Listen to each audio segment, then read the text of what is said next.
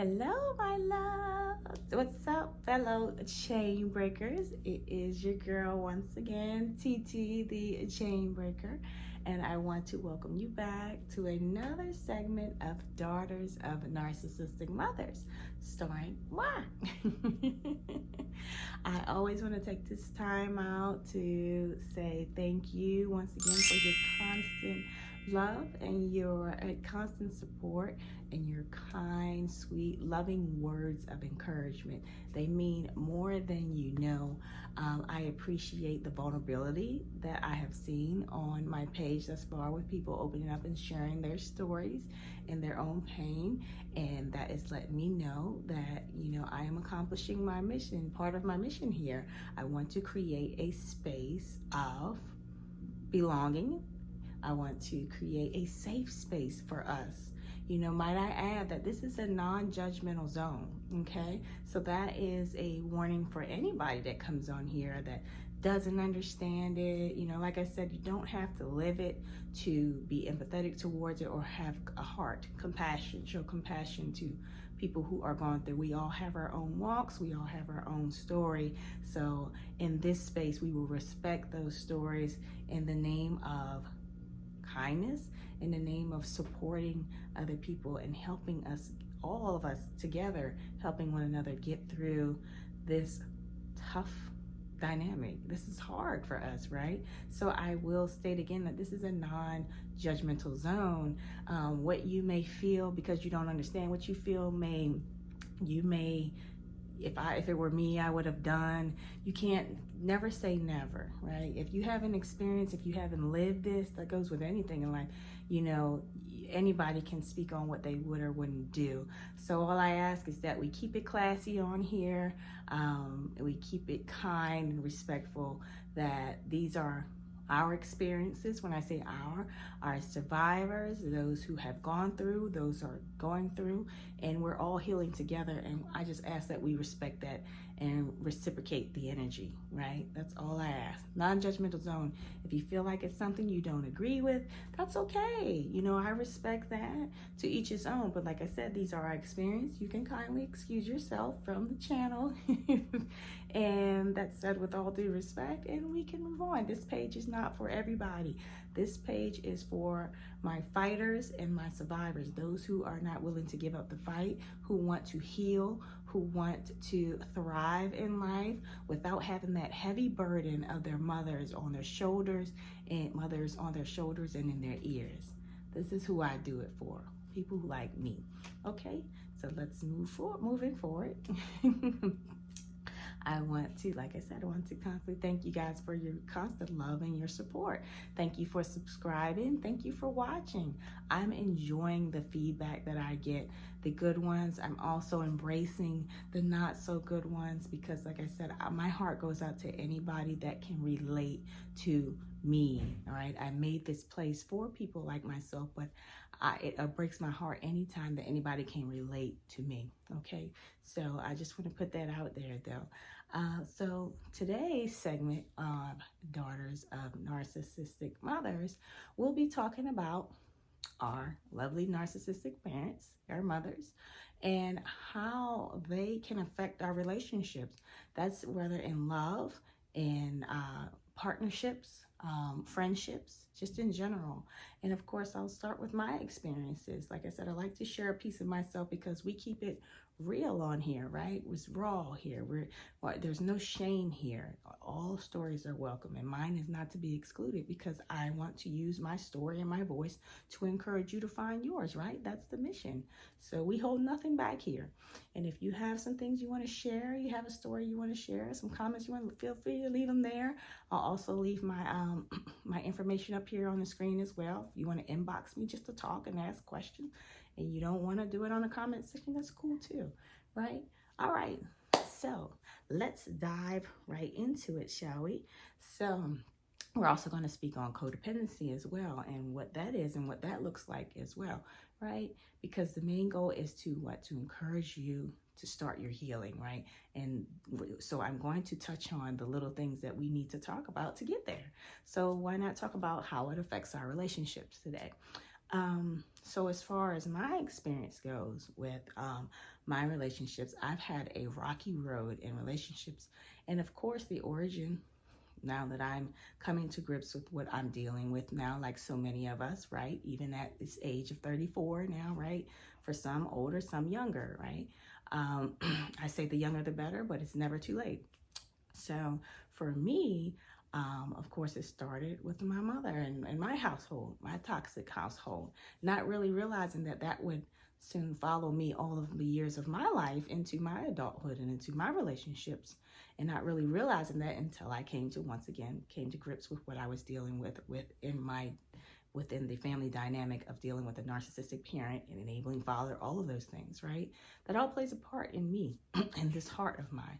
So, like I said, never really had it at home mirrored to me what a healthy relationship looked like, right? You're dealing with a narcissistic parent. I have two. One has turned narcissistic. He was a victim in his own self, but he's an enabling father. But he is just as toxic as the other, right? And they both have affected me greatly when it came to my mental and how I dealt with my relationships, and how I found my way into codependent relationships and abusive relationships, not so healthy ones, okay?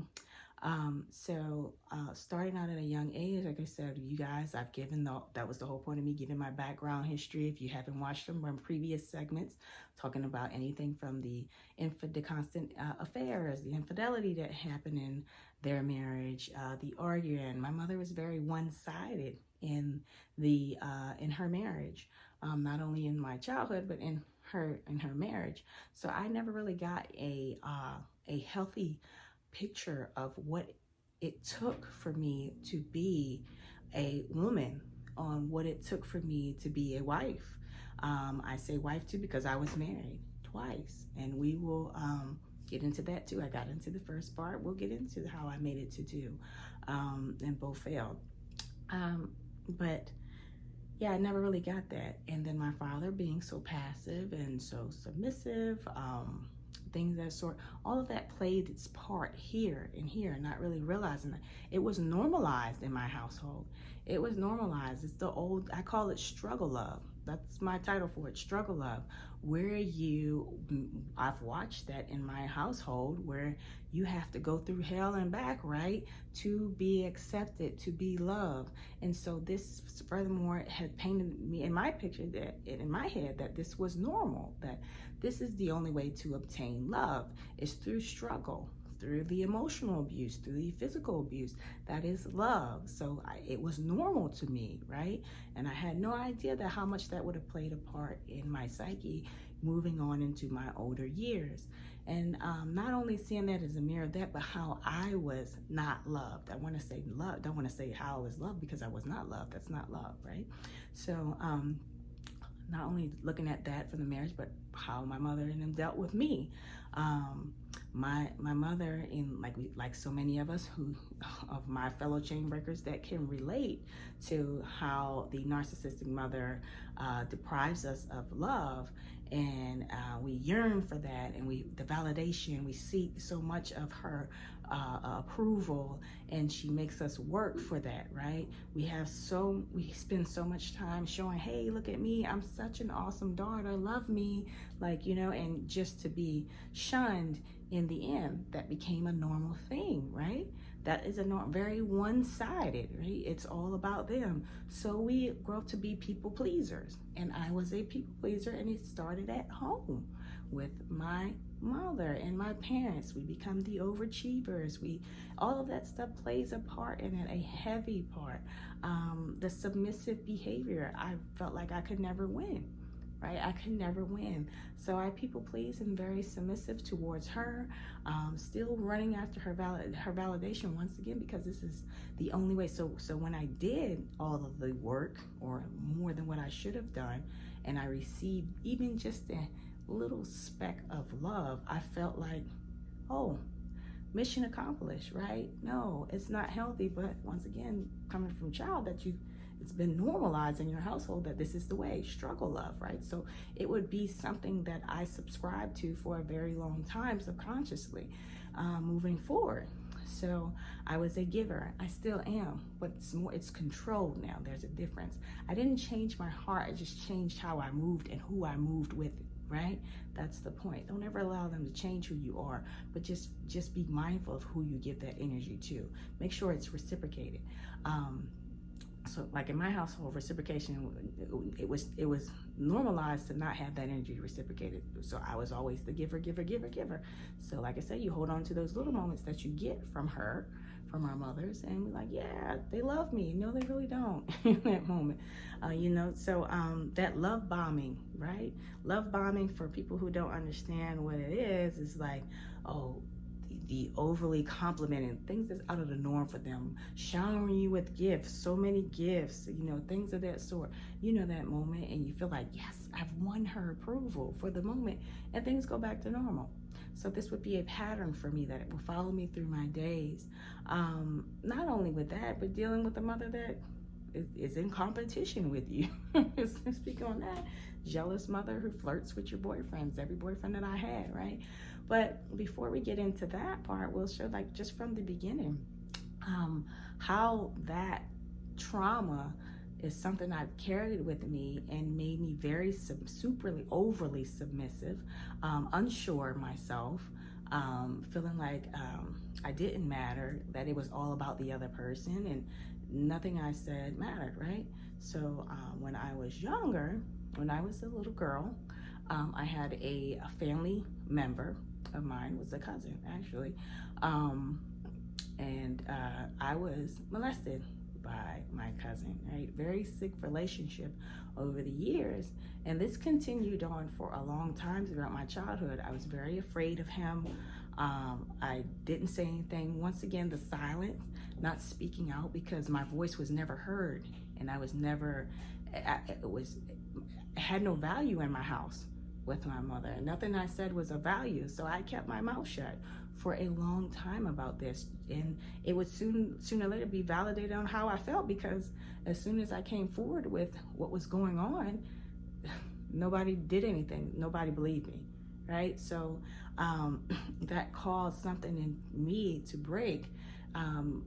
There was no connecting that, like, hey, maybe I should speak out about this. So that would lead furthermore to me being exposed to being violated on several occasions. So not only was I molested by a cousin, a family friend, as a child, then going into adulthood, I was sexually assaulted in the service, right? And I used to beat myself up about this all the time, to say I let him have his way with me. And my therapist is like, no, you did what a lot of women did. You freeze up, things of that sort. And I realized I just gave into the situation because I had no more fight left in me, right? And all of that goes back to that relationship, where you don't have a mother that makes you feel secure, like you're worth fighting for, like you should speak up about those things. They would not only drag into that, but into my marriage, into my first marriage, which I spoke about in my previous segment about him, God rest his soul, telling you guys that he was a heroin addict. But prior to the marriage, there was a lot of toxicness that I should have been gone, right? That I should have never accepted, right? it's a disease in itself, but it was a lot for me to carry on. It wasn't my fight to fight, but I fought for love. So I found myself just in relationships and period, especially in my marriage, giving more than what I was getting back. Right, and as a drug addict, he couldn't give me much. Right, he's an addict. They as much as we have to separate the addict from the person. That the addict is very selfish, right? Not the person, but the addict is very selfish. So I didn't say that. I was constantly trying to give. You feel like, I had my moments where his mood determined my mood. If he wasn't happy, I felt like I did something wrong, and I felt like it was my job to make it right, right? Going back to your mom, your mother ever made you feel like you were on eggshells, right? Make you feel like you're tiptoeing around her, that if things are rocky in the household because, of her attitude, you felt like you had to do whatever to make it right or to be sure that she stayed on your good side, right? Letting their moods determine. That's a part of codependency. That is a codependent relationship. Rather than you being your own individual and your feelings being your own, your feelings are not your own. Your feelings are your mother's. So that becomes your feelings are not yours in my marriage. Like in my marriage, your feelings are not yours in a relationship. They're theirs. Their mood determines how we feel, right? And we take on all of that load to feel the need that we have to be the ones to make it right, even when we've done nothing wrong. So that is a big part of codependency, right? A big part of what it means to be codependent, and it's not healthy at all. So we mirror that, and I mirrored that big time in my marriage. A lot of chasing and nothing being reciprocated. I mean, I went through it. The emotional abuse, the physical abuse done by the addict. I won't say my husband, the addict. I put up with a lot after losing a kid. And thinking like, people are looking at you like, what's going on, girl? Like, you're better than this. And you can't see that, right? You can't see that. And I've never had, a household to tell me that you're worthy. Genuinely, a mother to tell you you're pretty, you're worthy, you're beautiful inside and out. You don't need to deal with that, right? It's almost like as if they enjoyed it. Like as if she enjoyed this. So that didn't help with my self-esteem. So I felt like I deserved whatever I got in that marriage, which was the emotional, the physical abuse. I mean, the verbal abuse, all of those things I was familiar with. And I had tried to, once again, going back to struggle of. This is a thing that's supposed to happen. This is what I have to do to obtain love. And we all know now in the healthier space that that's not true, right? That's not true at all. And for anybody that's going through that, that's listening to me right now, that is absolutely not true. We need to change the narrative of that's important for us to heal. It's so important for me, and I think for every other around my age or whatever, to change that narrative of struggle love. Love is not a struggle when it is with the right people. It comes naturally. Right? You shouldn't have to go through hoops and jump through hell and back just to be accepted and loved. Love is, when it's genuine, comes naturally. But like I said, that wasn't mirrored in my household. So this was normal. And then growing up in the church, right? Once again, I speak into these dynamics. So this is what goes on in the house. We speak from a religious aspect of things, of how the Bible was used against me. All of that is that, their vows are taken on a whole nother level. Like, oh, well, this is what Jesus wanted me to do, right? To endure the worst, to show that I'm a worthy wife, when in reality, I should have been running a long time ago. And this would be a constant thing in my relationships, even prior to marriage, like not really realizing my worth, because I never felt like I was enough. Like in my eyes, I felt like I deserved whatever I had coming to me in relationships, and that I just needed to work harder. That maybe if I just showed them a little bit more, they would love and accept me the same way that my mom did, right? Maybe on this day, maybe I'll get it right today. And it is exhausting. It is very exhausting. And now that we're in a healthier space, now that I'm still in healing and grieving, but I am in a healthier space to be able to look back at that and like, wow, if I could be the healthier version of me, could go back to the unhealthy Tiffany and broken Tiffany and shake her and be like, girl, you are worth so much more than this. Get out of here. I probably would have did it start with my mom, right? So this is why it's so important for us to take the time to address, to acknowledge what is going on around us with our mothers, and within our dynamics of that household, and to address them and start the healing, right? Because I had no clue what I was dealing with until my 30s. I endured a lot of things that had I wish I had the moment and opportunity to grasp in my younger years, I could have put an end to it. But like I said, guys, better late than never. I know women that are older than me that are still grieving and are still going through their issues. But the key point is to acknowledge what you're dealing with.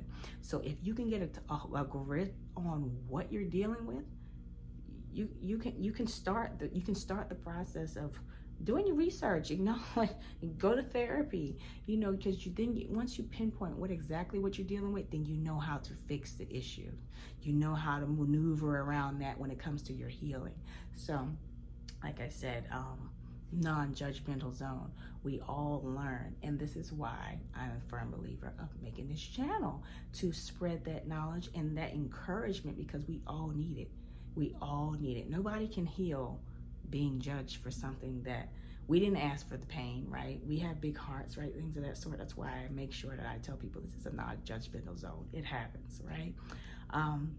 So yeah, getting back to what I was saying, after my marriage, unfortunately, he did not win his battle with his drug addiction. He passed away.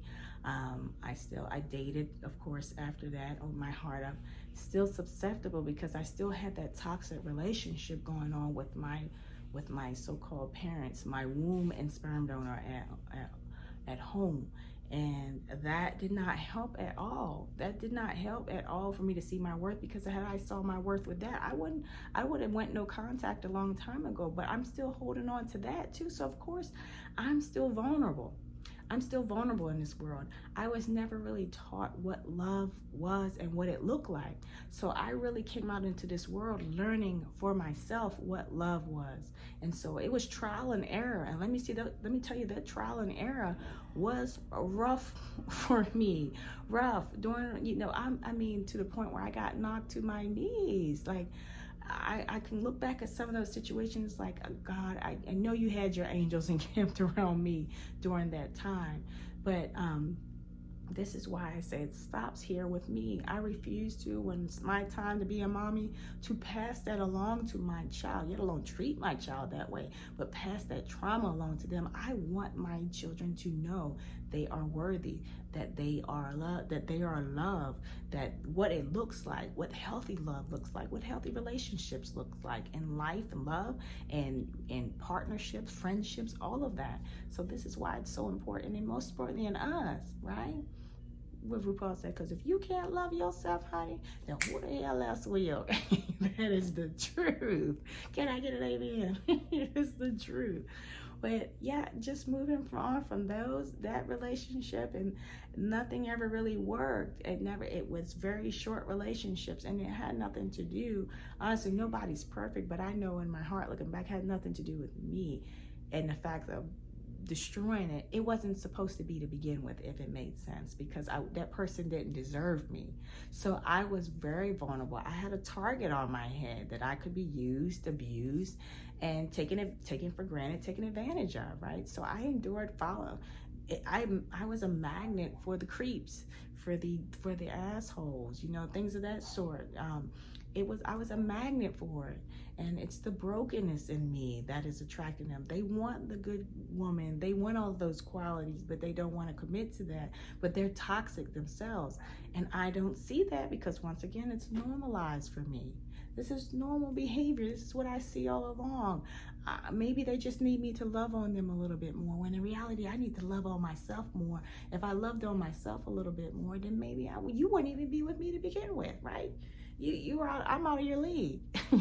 not saying this in the looks, but saying it mentally, in my heart, I'm way out of your league, right? But because I was more concerned about loving more on them, thinking that would be the solution, I loved me less. Once again, pouring that cup, and that cup was empty, and I'm still smacking the bottom, still saying, I got a little bit more to give. And meanwhile, their cup stays full, and mine is dry, right? And it left me drained. It left me absolutely drained. So this pattern would continue on in my life. I remarried again, and it was for love for me, but this being was toxic. He was an old flame, so we had history of years, but he was very toxic, very, very he had his own narc tendencies, right? What I'm familiar with, once again, right? And he needed help, and so I knew in my mind that this wasn't something that I wanted to do at the moment, but I still engaged anyway because I'm thinking more of that person than I am my own self. And and you guys can relate. We have these conversations with ourselves. We will have these conversations with ourselves, and we'll still go and do what it is that we want to do, right? The things that we want to do. And why do we do that?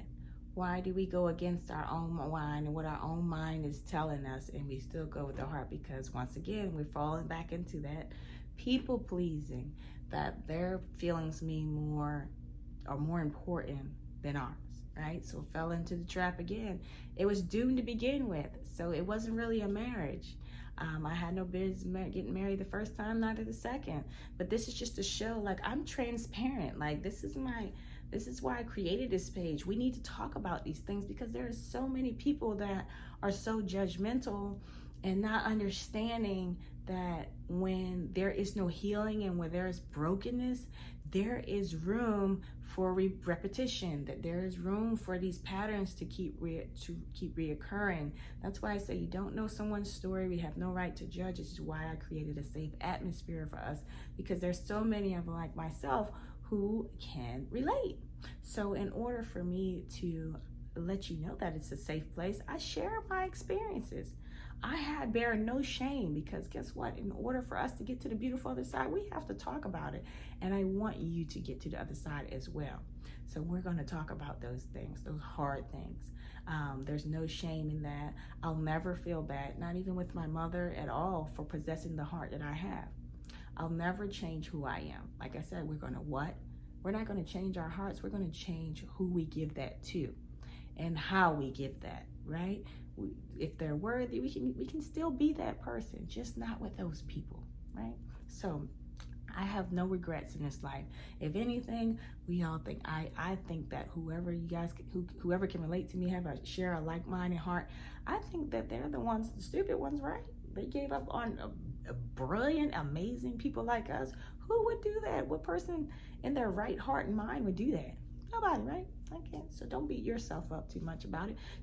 We're just going to be in a healthier way. That's why I encourage being healthy, so that we are in a healthier space to be able to maneuver around those leeches and to make room for those who share genuine love and concern and all of those things for ourselves, who reciprocate. That is the word, reciprocation, right? Okay. So that's just like a pattern in my world where it led to that, where I'm just like, I'm in my 30s and I'm like, I have to, I got to a point where like, I'm just done. I'm tired of I was burnt, I was drained. I fell into a deep state of depression and I had to do my work. But this is to tell people I make this segment so people understand that this is sometimes it's not done by choice.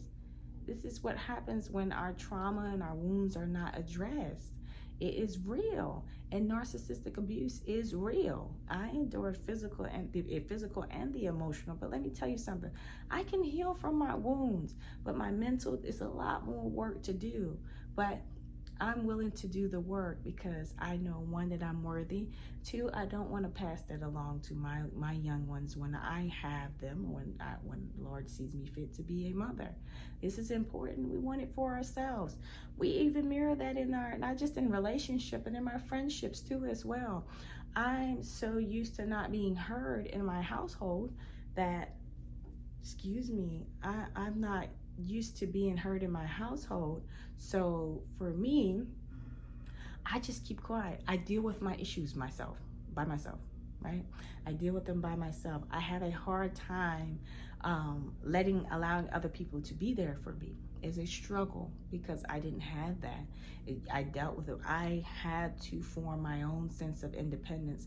I had to look out for me. I was raising myself, right? So I've been out in this world figuring it out for myself for so long. So it is hard for me to allow somebody, but we're there for them, right? People pleasers. But we struggle with allowing other people to be there for us. That is hard for us because we never had that in our household. I mean, in every dynamic. I mean, I was the financial. I took on the financial burden. I took on the emotional. I was the emotional punching bag. I was the physical and emotional punching bag. I mean, you name it. What? So I took on all of the weight. I was everything for everybody, good or bad. So guess what? I was my own therapist that was non-existent either. The non-existent therapist I was for myself, meaning I didn't deal with it, right? I moved on because that's what I'm used to. You just brush it off, keep it going, bottle in, keep it going, go into the service, do the same thing, repeat the same behavior. And now I'm in my 30s dealing with all of this. And it is a lot. It is a lot, but it is so important that we grant ourselves grace, right? It is very important for us to grant ourselves grace. Very important.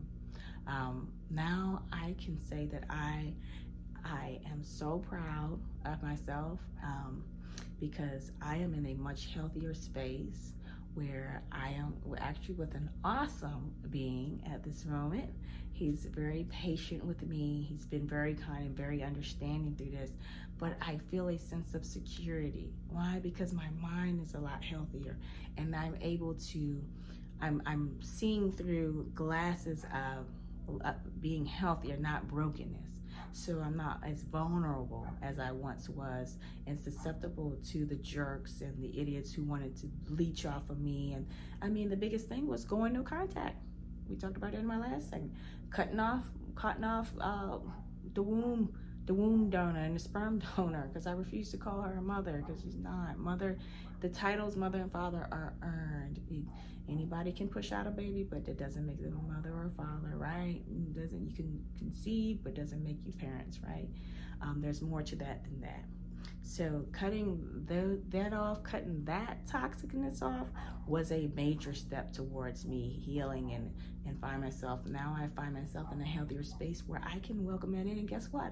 I'm allowing him to be there for me. He wants to be there for me, and I'm allowing that. So I want you to know, my loves, that you need to grant yourself grace, that it can be done, and that there are beings out here who will love us, not the way they feel that they should love us, but the way we deserve to be loved.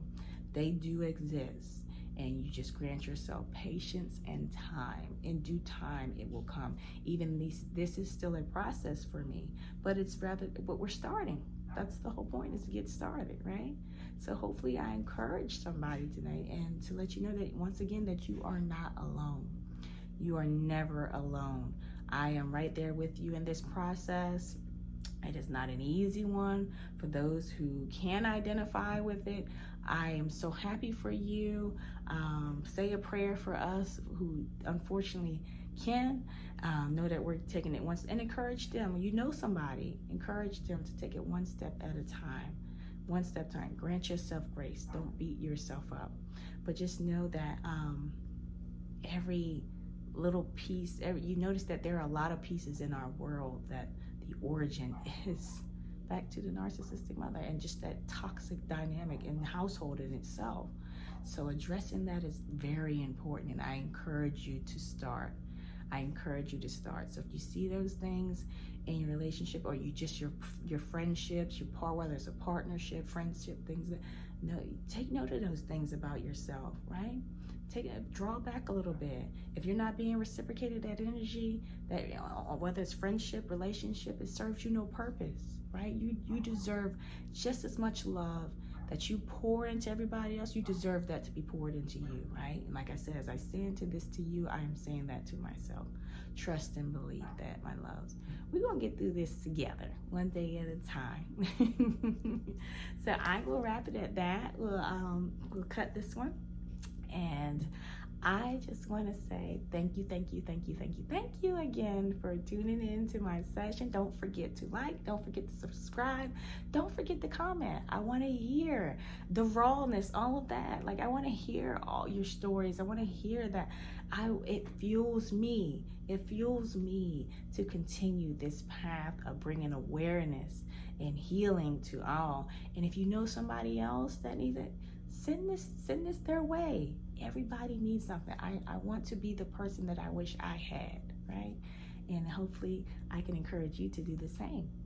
So until next time, my loves, you be blessed, be safe, be healed.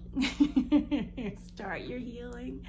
I love you all dearly, and we'll talk later. This has been TT, the Chain Breaker, with another session of Daughters of Narcissistic Mothers. Out. Push.